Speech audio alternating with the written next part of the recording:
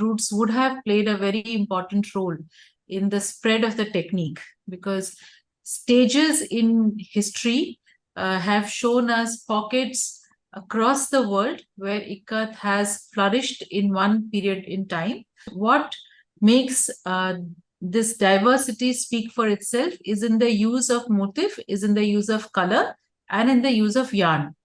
The choice of topic for my PhD was more of a journey, because when I got into the service, I had already completed my MPhil, and I was keen to pursue my PhD on the same subject as I did my MPhil, which was cinema and sociology. So I was working on how French cinema influenced Indian cinema, and a certain genre arrived, ikat, mandakala, and the motives. And because maybe it was destined, I found a guru, I found a teacher, I found registration process complete kiya, synopsis ho gaya, now chapters are also happening. So if the sale is high, बहुत ज़्यादा बिकती है तो शायद उसको बनाते हैं, but that is not what inspires the weaver community.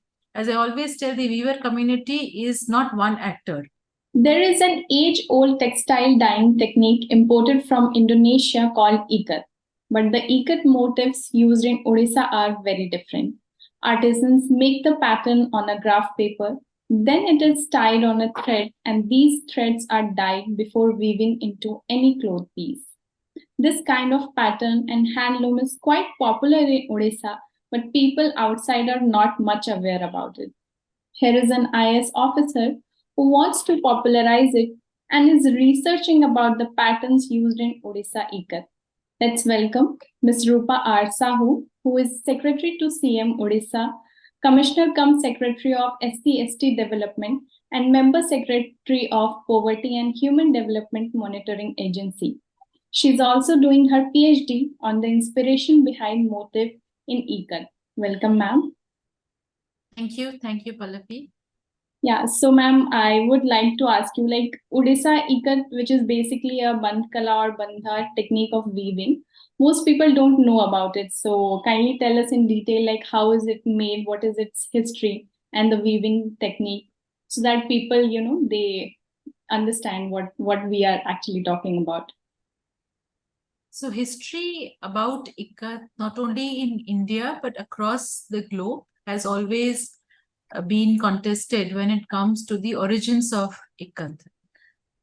The origins mostly traced to trade route, whereas when we say that it is Indonesia where it originated, that would also be contested in some literature.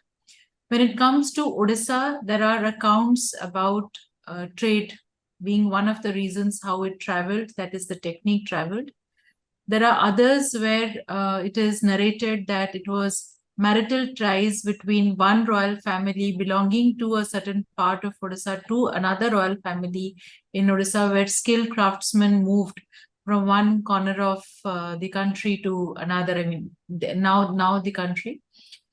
The other accounts would tell that it just happened that people who knew the technique were discovered by those who could give patronage to it, and then it was encouraged, and that is how Odisha ikat evolved over the years.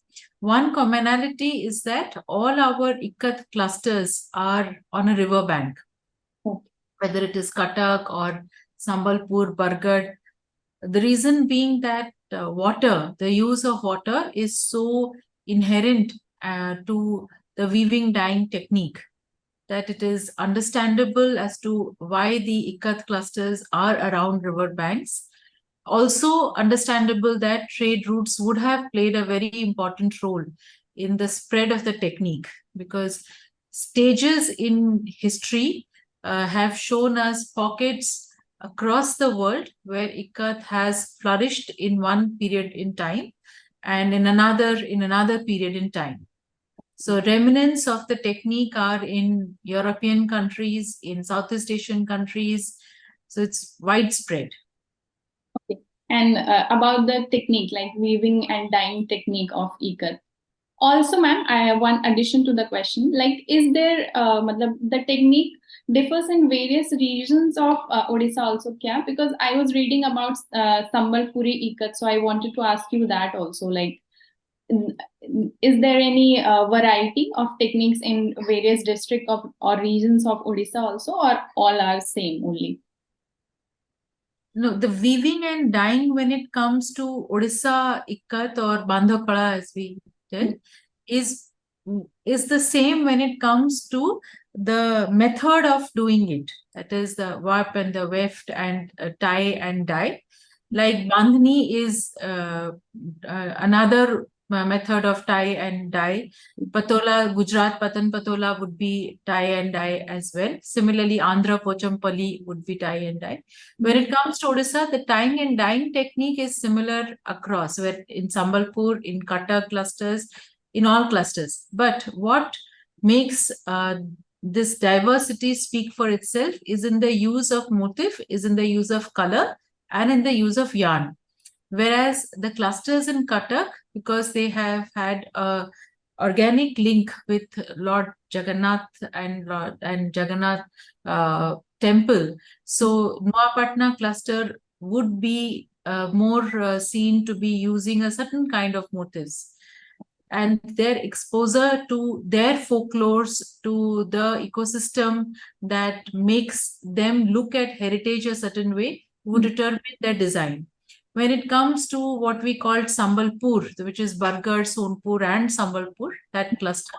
So there also the design and the motif, you would find very, very distinct designs of, say, the Pasapali or the Saktapar and the Sachipar, which is definitely not in the Cuttack clusters as a traditional design.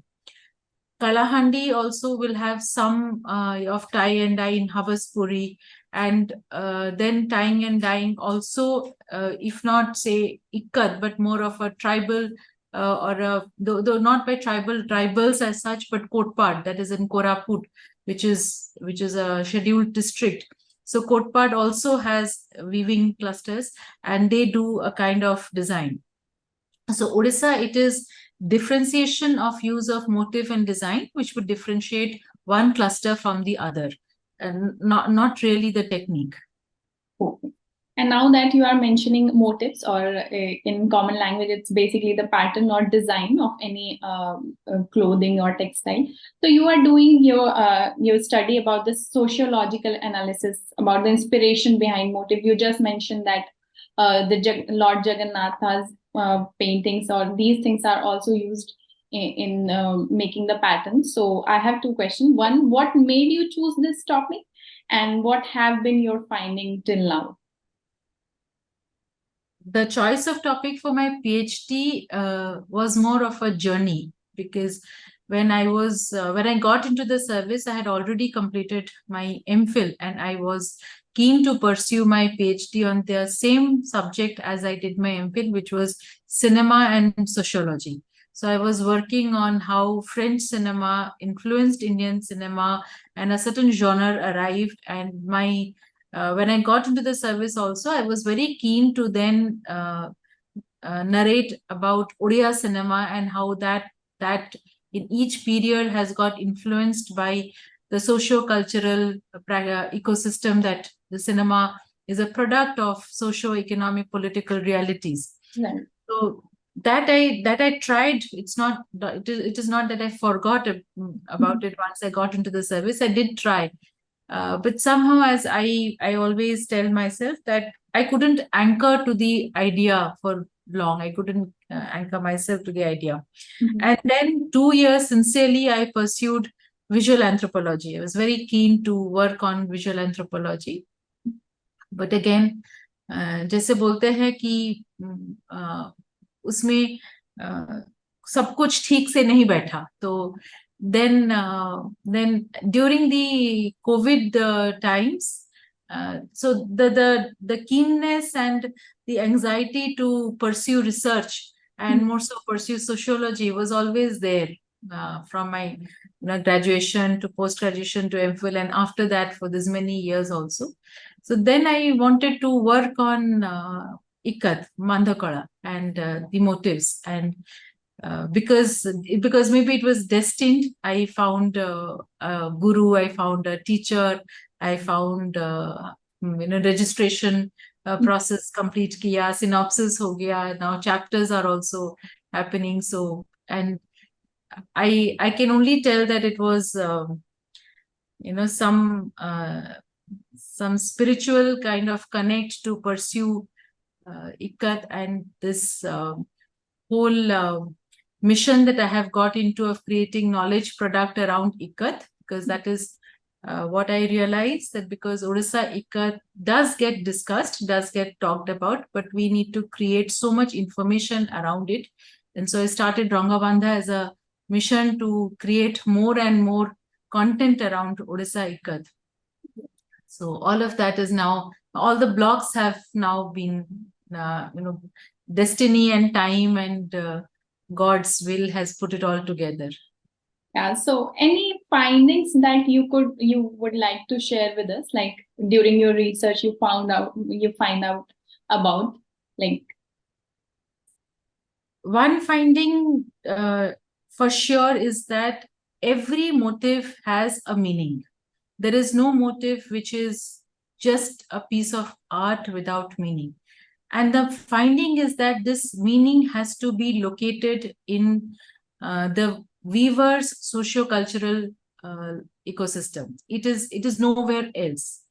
We may think that markets influence design because एक motif की pattern, if the sale is high, बहुत ज़्यादा बिकती है तो शायद उसको बनाते हैं. But that is not what inspires the weaver community. As I always tell, the weaver community is not one actor. It is about more than one actor. It is about a rangakar, a bandhakar, a designer, somebody who works on the yarn, somebody who then works on making the yarn ready for weaving. Then the design that happens, the design is made ready. The people who then dye the thread. So it is more than one actor for sure. If something that doesn't inspire them, then that doesn't stay for long, no matter how much the other forces have played. And what inspires them has, till now in my study, what I find is has got something to do with what they would like to preserve and protect as identity. It could be folklore, it could be the epics of Mahabharata and Ramayana, it could be Lord Jagannath temple, the architecture and the stories around Lord Jagannath. It can be Konark, which is very closely associated with Odisha's identity. It could be social practices, social institutions and norms within the practices of a marriage ceremony, of other stages of life and how they would like to put it across. It can be literature that is again recreated. So to every weaver, the motif is a recreation of what they would like to value, and they value it very dearly, which is a part of their identity, is how they take. Yeah. So, ma'am, like you were mentioning, during COVID, you kind of started your research, or you finalized that you are going to study about it. And artists and the weavers were one of the most affected by the COVID. And I was reading somewhere that around 2 lakh people in Odisha are in handloom production. And when we talk about ikat, so ikat weavers earning came down to 500 a month, which is like very, very low. So anything has been done to support and encourage them, like.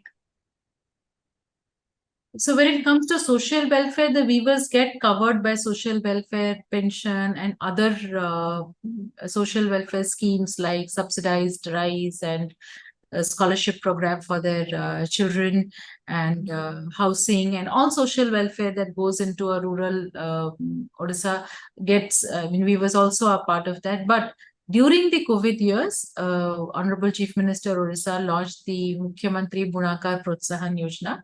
So this was a special package for the weavers, curated to what was seen as their needs. And if we take now as the post-COVID years also, we have been supporting the weavers by building on additionalities into the scheme, which included having a shed for them, which included having lights for them, which included having accessories for their loom. Everything that the weaver community wanted as a support and desires as a support is year after year being incorporated into the scheme. Yeah. So, ma'am, I was reading an article about this Odisha IKAT only, and it is said that most of the product that is made by the weavers or the handloom people are consumed in Odisha itself. Like government school teachers are expected to wear handloom sarees. Even school uniforms are made are using these weaving patterns. So tell me about it. Like, how is it really happening? Like, are they encouraged? And how did it? Because I find it very interesting when you want to encourage these traditional weavers or handloom products. We can use these ideas across the country. So how Odisha government started this, and what has been the result? Like, is it mandatory? Like for the teachers and students to wear these, or they are just encouraged, and what has been the result? From the weaver's perspective, it is assured sale of certain quantity of products. It is mandated that the sari is purchased from the outlets which are only IKAT sale outlets. So that ways it is mandated. When it comes to student, it is also mandated that fabric has to be from certain outlets only, which are again only Mandha Kala outlets. So that way it is mandated, and all these practices lead to, as I tell, it's assured the market is there, and the market is determined by too many forces which are not in our control. But if we have a quantifiable amount which the weaver community is assured of, then we are definitely encouraging and giving them that safety net for survival. Right. So, like, the government is already doing so much. So, I think these handlooms are still handloom. I'm not only talking about handlooms, but various art and culture is but we are losing out on our traditional heritage, which is not only affecting which is affecting the livelihoods of many who are associated with these things for many years. So what do you think should be our approach in future to safeguard these things, these heritage which we should be proud of? As you rightly said, heritage is something that we all feel proud of. And if we are able to make IKAT belong to our heritage and make the younger generations realize and believe that this is a part of our heritage and we need to feel proud of, and it is not just a product. Many a times we see it as a piece of sari, ki kurta hai, ki sari hai, acha lag raha hai, isko pehen liya. But if we put it out as I'm trying to do through Rangabandha also, that put it out as content that ये हमारी पहचान है, ये उड़ीसा की इक्कत है और हम उड़ीसा के हैं, and ये देश का India has a very rich tradition of handloom weaving. So if we make it as a local identity and a heritage, then younger generations will certainly feel encouraged to wear, because then they'll feel proud to carry it with them. Yeah. And that is how the the art will survive. So thank you so much for being the part of that change. Thank you so much for giving me time for this discussion. I am so glad we could have this time and this conversation. Thank you so much, Riman. Thank you, Pallavi. Great, nice. Thank you. Bye-bye. Take care.